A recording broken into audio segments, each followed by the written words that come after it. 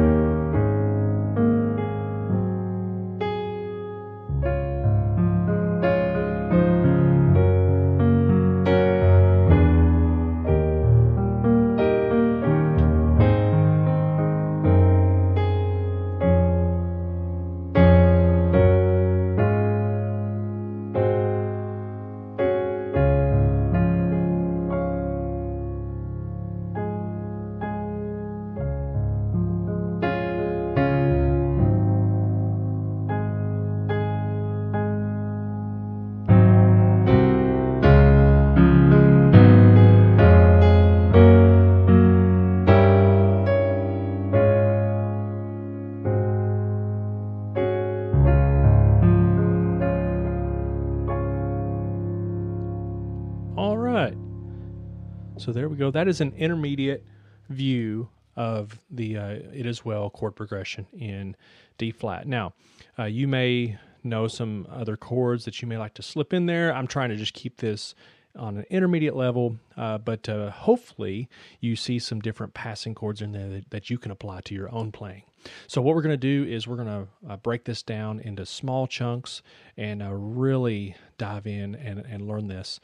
So we begin here with the virtual piano. We're going to look at starting off with the first verse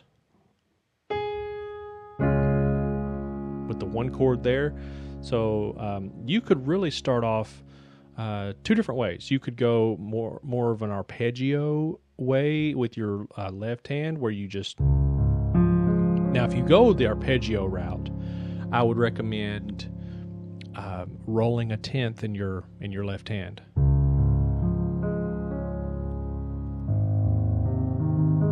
Right? I would really want to discourage just rolling an octave.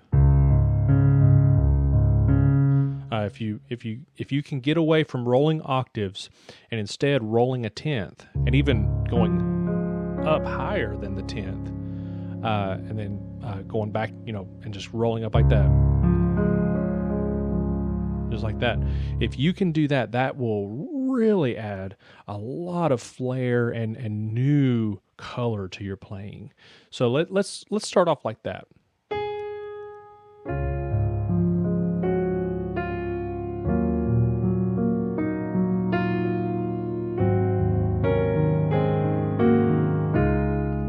Right? Okay, let's break that down.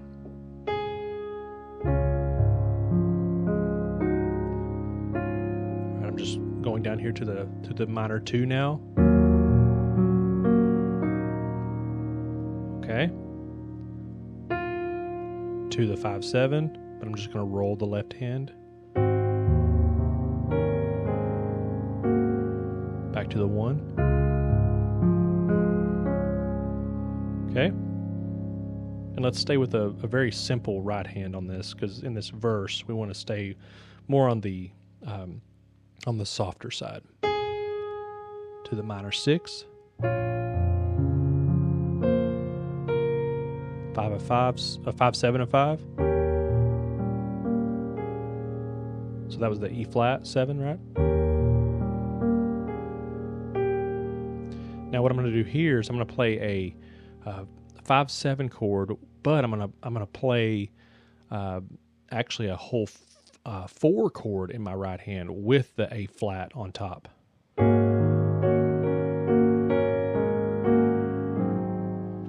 kind of acts as a suspension chord there, with the D flat being added in there. And what you can do with these is you can voice them, right, with different sequences, like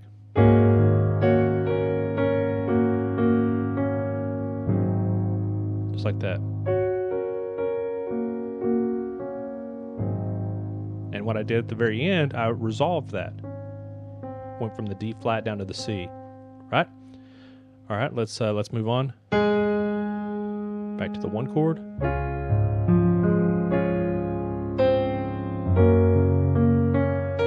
Now, if you're playing a solo, like I was doing earlier, you can add this passing chord. It's actually just an E9.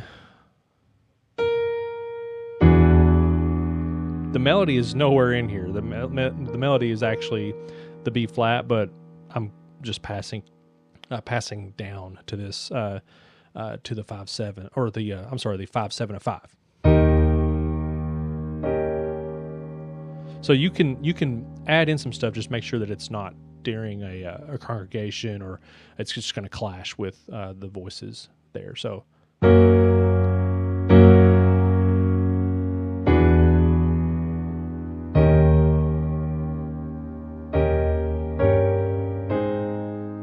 To the 5 chord, right?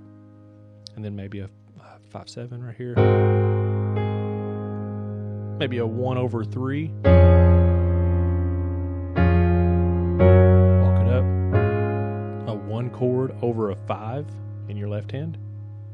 Then a 5/7. Then a suspension, a 1 suspension right here.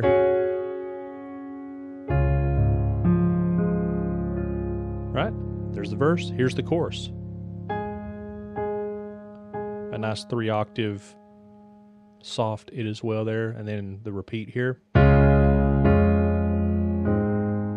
Right to the 5 chord, then back to the 3-octave. Then we're going to go from the 5 back to the 1. Right?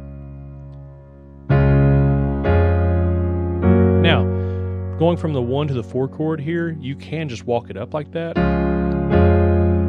Or you could play another chord if you're in a solo setting. Like, now, the melody is nowhere in this. Yeah, because I'm playing an A natural. But this is another chord, one of my favorite chords, that passes from a 1 to a 4 chord.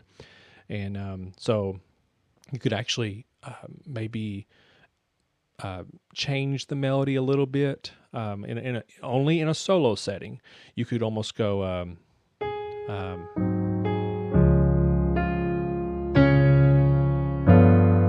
If you can only reach this far, right? This is pretty hard to reach in your right hand, but if you can reach a B natural, an F, and A with the D flat, and then playing in your left hand, playing a G natural and an F.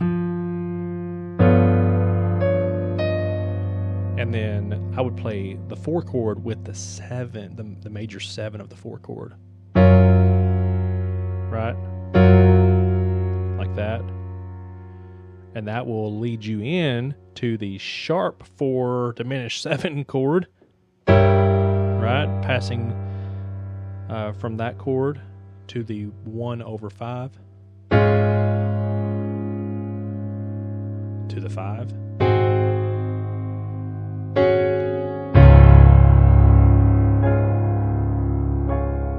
Did you get all that? I'm hoping to.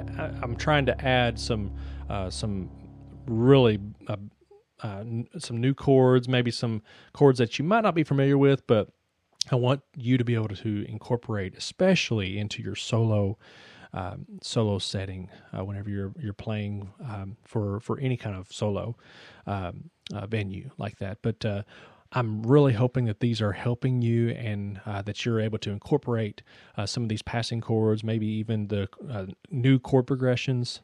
Hopefully you're able to incorporate those into your playing, and I am just so thrilled to be able to be doing this, and hopefully you're getting it. and I will see you in the next lecture.